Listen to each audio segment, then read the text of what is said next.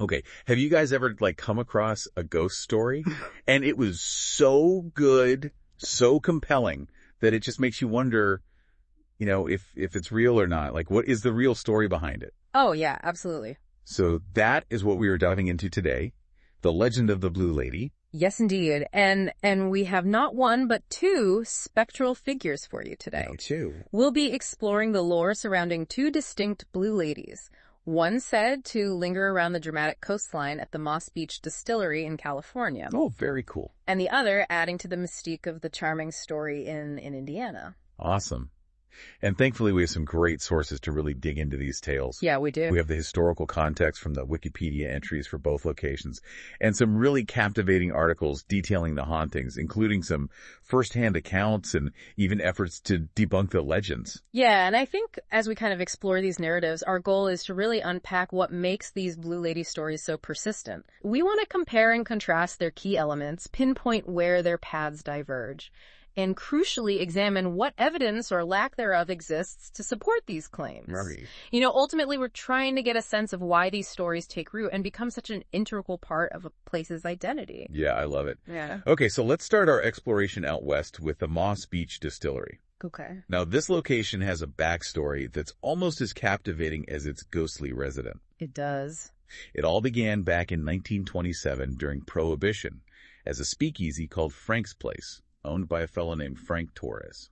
Yeah, and I think that historical backdrop of Prohibition is really key here. Oh, for sure. Moss Beach, with its hidden cove, became a prime spot for smuggling in illegal liquor by sea bound for San Francisco. Wow. And Frank's Place apparently became quite the hub, I bet. attracting everyone from the California governor to big names in Hollywood like Fatty Arbuckle. Wow, so this was like the place to be. Yeah, it definitely had a bit of a colorful past. Sounds like it. So after Prohibition ended in 1933, it transitioned into a legitimate restaurant. Yeah. And has seen a few different owners since then. Right. But for our deep dive today, the main focus, of course, is the Blue Lady. Now, the version of the story you'll most often hear is about a woman who was always seen in blue. Right. She was having an affair with the distillery's piano player, Charlie, and when her jealous husband found out, the story goes that he murdered her right there on the beach. Oh my gosh. Yeah. And this tale was even featured on the Travel Channel's Most Terrifying Places. Oh, wow. So yeah. It's really interesting how that, dramatic, tragic love triangle motif Right. really resonates so strongly in ghost stories. For sure, yeah. It taps into, these fundamental human emotions of passion, jealousy, and loss. Right. Feelings that, in our imagination at least, can leave a lasting imprint. Of course. Maybe even a spectral one. Yeah, but it's so interesting to look at where this specific version of the story actually originated. Yeah. So one of the articles points to a 1981 article in the San Francisco Examiner as the first time the Blue Lady story appeared in print. Yeah. And that was around the time Mike and Shirley Sarno owned the distillery. Gotcha. And the initial descriptions were, quite different from this tragic romance. Oh, really? Apparently, this ghost was more of a playful presence known for things like playfully swatting kitchen staff. Oh, wow. Yeah. So that initial newspaper account paints a much less somber, more mischievous picture. Yeah. It really makes you wonder how these stories evolve and become embellished over time. Right. Now, that same article also drew a really intriguing parallel to a Dashiell Hammett short story called The Girl with the Silver Eyes. Interesting. It's set in a Prohibition-era roadhouse just south of San Francisco and features this really captivating woman wearing a glistening blue gown. Okay. And the descriptive similarities to the later Blue Lady accounts are quite striking. Oh, wow. You can't help but wonder if that image played a role in shaping those later, more romanticized versions. Yeah, for sure. So then fast forward to the 1990s. Okay. We have the arrival of psychic Sylvia Brown. Oh, Sylvia Brown. She visited the distillery and identified the ghost as a woman named Mary Morley, supposedly involved in a love triangle with a man named John Cantina and another woman, Anna Philbrook. Okay. Brown claimed Anna drowned herself, and Mary died from chest and head injuries. Interesting. So the article mentions that when the restaurant staff delved into the San Mateo County archives, they did indeed find a record of a woman named Mary Morley who died in 1919 in a car accident on a highway in Redwood City. Oh, wow. So there's a real person.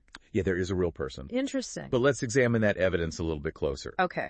The article highlights some pretty significant flaws in that theory. Okay. First off, the car accident was nowhere near Moss Beach. Right. Redwood City is a considerable distance away. Yeah. More importantly, the Moss Beach Distillery didn't even exist in 1919. Oh. That location was either Frank's Place, the Marine View Tavern, or simply undeveloped at that time. Plus, there's absolutely no corroborating evidence to be found for the existence of John Cantina or Anna Philbrook in any Bay Area records. And no record of Anna drowning herself either. Interesting. So while the name Mary Morley may have been a real person, the connection to the Blue Lady of Moss Beach appears to be incredibly weak. Right.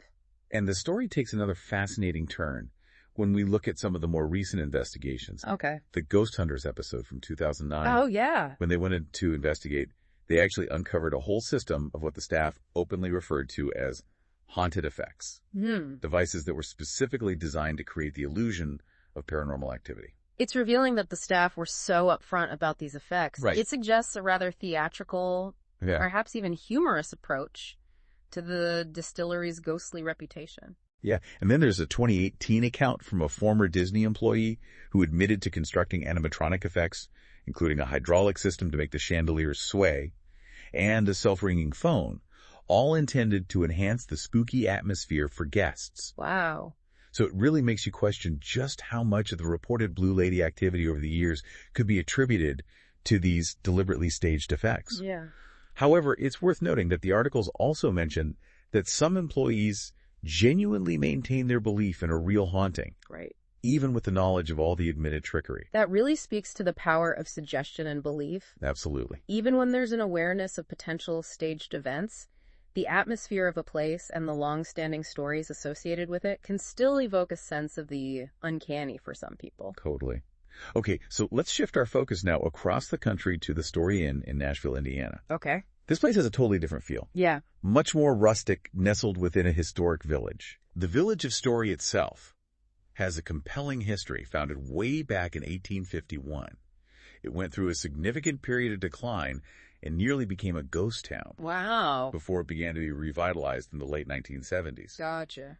Rick Hofstetter purchased the inn later on, and initially he was quite skeptical of the ghost stories. You know what's so interesting here is that initial skepticism from Rick Hofstetter Right. compared to the more theatrical approach we seem to have seen at Moss Beach. Right. So the Story Inn has this quieter, almost forgotten history, Yeah. which perhaps lends itself to a different kind of haunting narrative. I agree. Now, the Blue Lady of the Story Inn is specifically linked to one room, the Blue Lady Room, which is located above the general store. Okay. The legend here is quite distinct. Okay. This Blue Lady reportedly appears by the bed in mirrors or as a reflection, particularly if the blue light on the nightstand is switched on. Oh, wow. She's described as having strikingly blue eyes and is said to sometimes leave behind blue ribbons. Wow. And unlike the Moss Beach Blue Lady's supposed blue attire, this one is often described as wearing a white gown.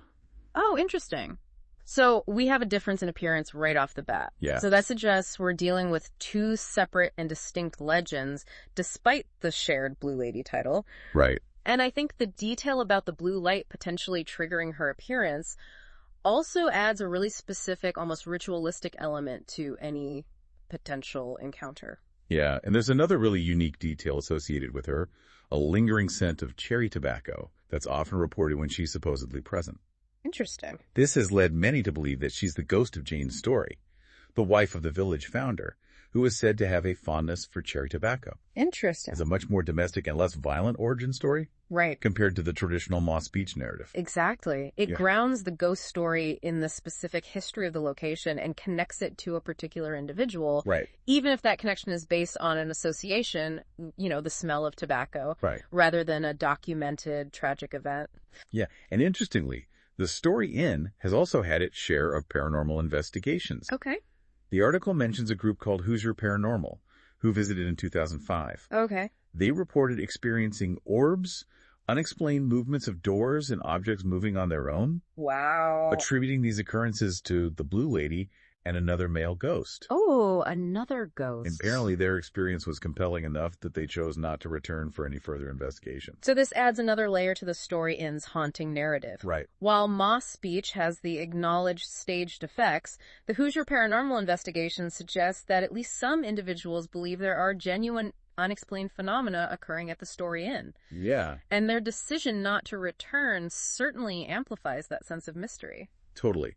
And despite his initial skepticism, Rick Hofstetter seems to have gradually accepted the inn's supernatural reputation. Really? He even officially named the room the Blue Lady Room, and continues the tradition of guest books where visitors can record their own experiences. So it almost seems like the sheer weight of all those shared stories has convinced him, or at least led him to embrace the legend. It really highlights the powerful influence of collective experience, Right. and how local legends can solidify over time. Yeah. Even without definitive proof, the sheer volume of similar accounts can be quite persuasive.